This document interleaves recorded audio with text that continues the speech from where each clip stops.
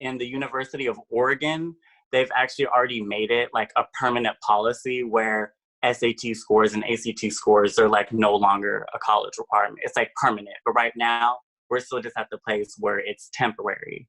And so I wanted to pretty much open up this conversation to you guys to see if you guys think that we should be leaning more towards like Oregon's policies in regards to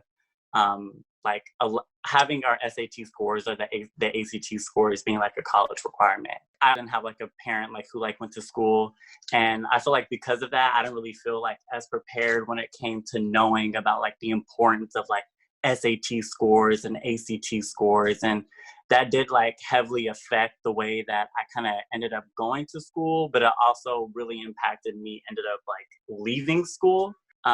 Like I didn't do really good on my SAT or my ACT scores. And so when I first went to Sacramento State, I was put in a remedial math and like a remedial English class. But my remedial classes, they didn't count towards my GPA at all. So even though I passed my remedial classes, because I did bad in one of my other classes that weren't remedial, my GPA like suffered so much after my first semester. I kind of just thought it's like a way of like the system kind of funneling me out. Like even though I got accepted into Sacramento State, that was just like one more barrier that I basically wasn't able to penetrate through. I mean, I was because I passed the classes, but since I did bad in like that one other class and like it affected my GPA so much, it ended up making me leave Sacramento State. And I'm currently a student at Sacramento City College, but I honestly feel that if I hadn't run into that barrier, I would have probably already been done with school by now.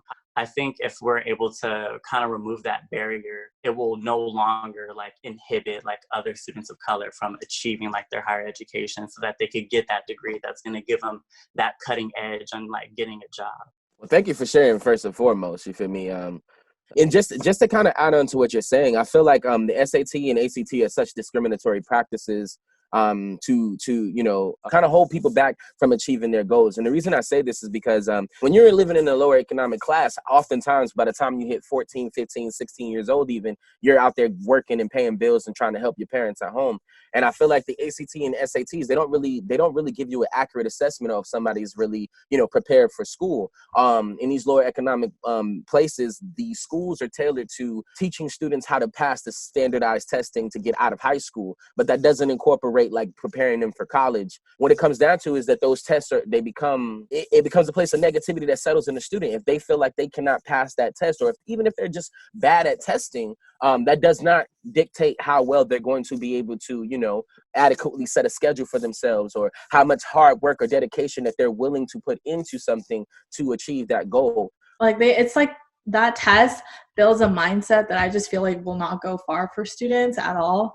So I feel like it's a good thing to eliminate, like at least for now, that testing, because I feel like that will put students to believe that they have more to offer than just a test score. Private school, a UC school, a state school, like they're already telling you like, no, you may as well just enroll in like a community college, making it seem like it's bad, which is what my teacher literally told me. She was like, yeah, I don't think your score is gonna really get you into like the UC, but you can still try. No, she straight up told me that, I remember. And I was like, all right, fine.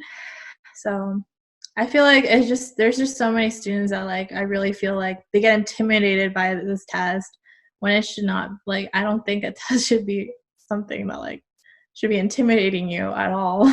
I felt what Kat said just now, y'all. Guess how many times I had to take remedial math in college? Give me a random number, guess.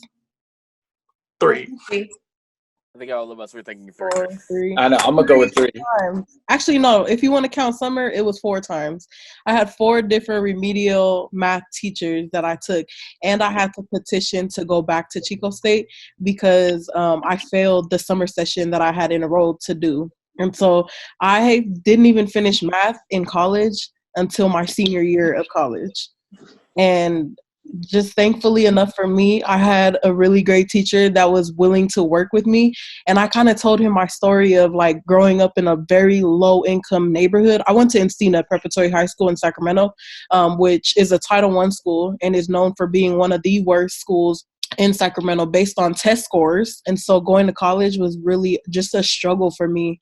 And so doing the SAT and ACTs tests and then getting really low scores on them and having to take remedial classes when I got to college was just a lot for me. And I felt the pressure from both the school, I felt the pressure from my family, my friends, and I was like Erin, I was frustrated. I wanted to give up and just take a semester off, but I knew if I was to do that, it'd be 10 times harder for me to get back into school. I had a cousin that went to Chico State. If it wasn't for her and the support system that I had at Chico State, I probably would not even have graduated within 4.5 years. But it was That's a real. But you made it, sis. You made it. And Rex was one of the ones pushing me through it every single time too. My story was pretty much I found my way through elementary, middle school, and high school, and never really had any type of support. And going through community college for me was started out arithmetic, all low-level classes. I thought smart people, they looked a certain way. I never seen myself as that, but I always seen myself as a person who would learn how to navigate, survive pretty much. And so when I would take tests, I would be like, why is it that I cannot understand why can't I understand the material? And it was a lot of trauma. I had a lot of educational trauma from the past that, would stop me all the time. And that's when I learned how to advocate for myself. One of my therapists, we actually did how do you learn? And I learned that I had to see it, I had to hear it, and then I had to touch it. A lot of students don't even know that. Wherever you are right now doesn't define where you're going to end up at. Whether you get a 4.0, I'm about to go into some of the top UCs of the nation in the world that people are wanting to go to. For me, it's not can't make it anymore. I can do this, and I am going to do this regardless of how I end up there. So this whole thing for taking these exams, it just puts roadblocks onto people. I feel like you said something that really stuck out. Like you were talking about, like when you like went to like your therapist and like you were like talking to them and like you asked like that question, like, how do I learn? And it really wasn't like until college that like I really figured out like, how do I learn? Like, how do I engage in class? Like, how do I get like the most of like this experience and stuff? And I think that's like even just adding up to like, it adds more to like the reason of like why it's more important to be able to get like students like in there so that they could be able to like learn like how they learn instead of pushing them like out of the system. So I took the SATs, and when I took mine, like I cried like the whole day because it wasn't what I expected. But like I read like SAT books and stuff like that. I studied and all that, and I didn't get the test scores that I wanted. But I feel like the SAT is a really good thing to be optional because my boyfriend, he got a really good score, but his GPA is really low. And like when he was in his sophomore year, he was homeless around the time. So like having school and stuff like that, like it was like hard for him. So his GPA was like low, but his SATs were like really high. So like I don't know, but like having the SATs like optional for like kids that aren't good at tests, but also kids that aren't good at like keeping their grades up or didn't have the chance to keep their grades up is, I think it's really good. And yeah. So I can relate to a lot of the SAT experiences, but I'll speak to the LSAT and getting to law school. So there are two exams. There's the LSAT, which is very similar to the SAT, and that gets you into law school. They've done studies at various law schools that have really shown that it doesn't indicate and doesn't demonstrate whether you'll be a good law student or whether you'll be a good lawyer. Similar to the SAT, it just doesn't, there's just so many X factors and variables that account for a good student and their ability to achieve. So when I took the LSAT, my first time, I didn't do really well. 2 years later, I took a prep course, took the exam again, got the same exact score. Wow. So at that point, I realized it's me and this is just the best I could do because I felt like I understood the material better. I felt like I was answering the questions better, but I got the same score. So that's the first hurdle. And for me personally, my first semester of law school at McGeorge, they have a competition where all the students, daytime and evening, compete for a mock trial competition. So they have to stand up in front of judges who are professors and argue a case. And there's maybe a few hundred students, and it weeds down 30, 20, and then there's the top 5. I made it to the top 5. And if you looked at my LSAT score, you would not think that I would be able to, beat out all these students who probably had amazing grades, who probably had amazing LSAT scores, who, had all the resources and all the tools that you would think, oh, this person's going to be a good lawyer. But they don't have the real world experiences, the experiences that I had that, make me a good advocate.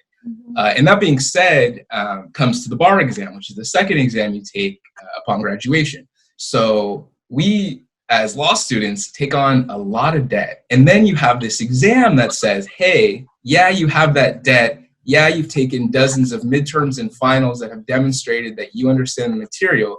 But if you don't take this standardized test we're giving you and pass, you cannot practice law. You have to find another career. And in California, the passage rate of that bar exam is below 50%. So half of all students who take it are not able to actually enter the career. And you can imagine that majority of them are people of color, because statistically we're not good at taking standardized tests, because the words that are tested on are not words we hear at home, because the materials that are tested on are not things that we have the ability to go out and purchase a $5,000 prep course to, do amazing and make sure we understand that every little nuance of this exam.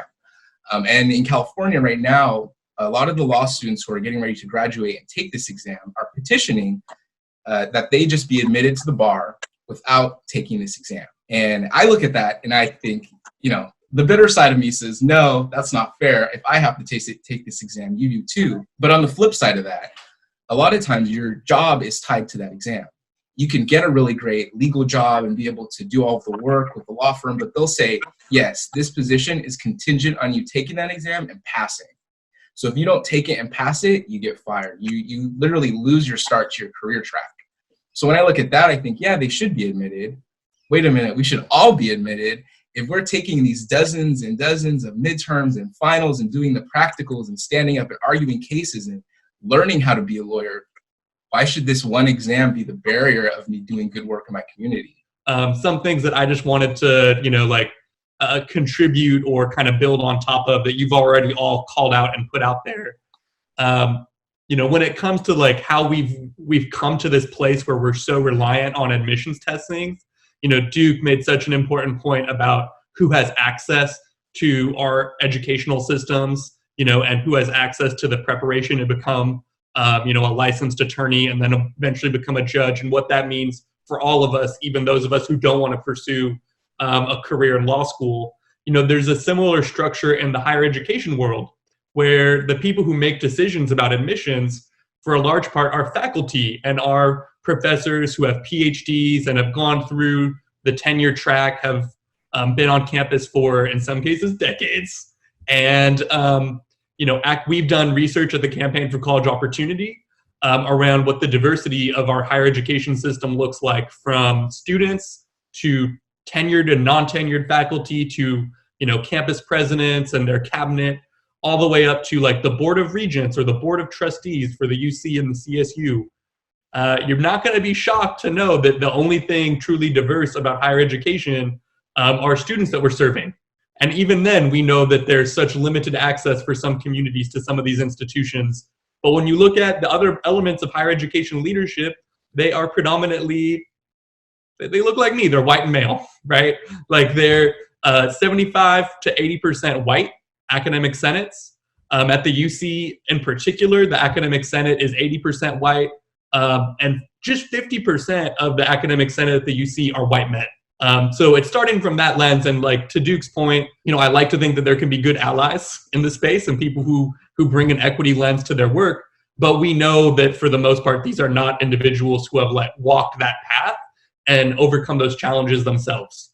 So they have less understanding immediately about how standardized testing, whether that's for admissions or remedial education, they don't know what kind of obstacle that can present to students who have an experience different than their own.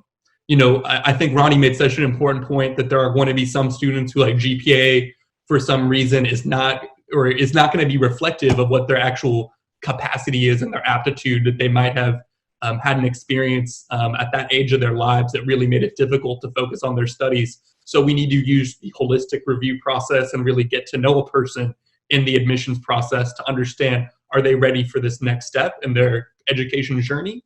thinking about it with an asset mindset and not a deficiency mindset.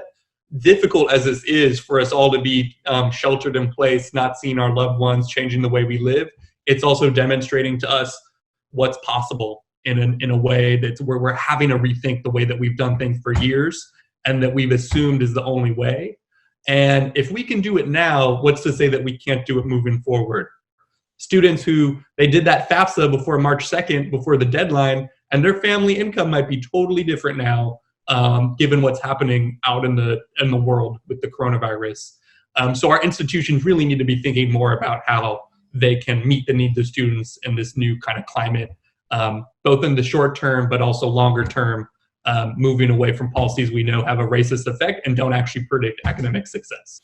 Yes, Jake, thank you so much for sharing. Snaps to you as well. Pretty much our goal for today's call was just to build community with our young folks and for all of you to feel as though you're not alone in this struggle, you're not alone in this fight, and every single thing that you have to offer in this world is validated, and it shows true courage and true strength to who you are as an individual.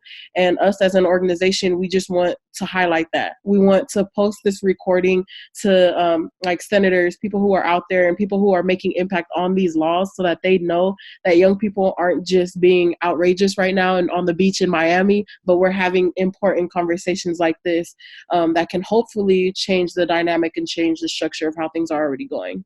So that's my last minute thoughts. Aaron and Jose, did you all want to say anything before we close today's call? I mean, I just want to say thank y'all so much for joining us, and I hope you guys continue to join us. We're doing this every Friday with different topics, so I hope that you guys enjoyed it and that, you keep tuning in because we really appreciated your input. All right, y'all, take care. Don't forget to wash your hands. Hit us up if anything. Peace. Thank you for the invite. Thanks for hosting. Bye.